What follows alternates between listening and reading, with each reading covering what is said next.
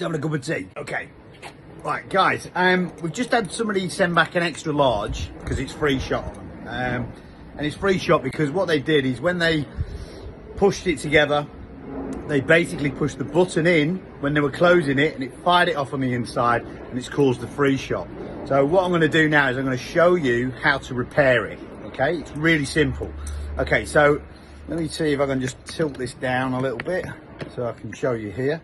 So what we have is we have the metal ring there, and what's happening is it's going up but it's not opening, it's not engaging the canopy. So if you look there, you can see that that metal ring has been knocked down, okay, because it's reversed it on the inside and it's fired it down. So the really simple thing to do now is all we need to do is knock that back, and the way that we're going to do that is we've got an adjustable spanner. We put it over there like so, put that on there, and then we knock it down. Now sometimes it's quite hard to knock it down depending on how many times you've actually fired it off. So the easy way to do it is to basically put it down so that the metal shaft on the inside, that bit is touching the floor. And if you put that on the floor and then you knock it down, it basically will give you a bit more leverage when you hit it.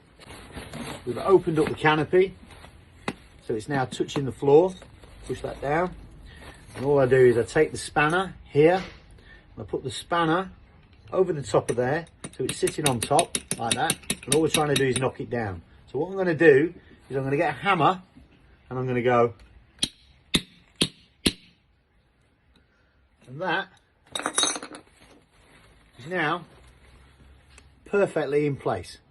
Okay, so now that we've pushed that back together, all I need to do now, if I push the button, it opens every time. There you go.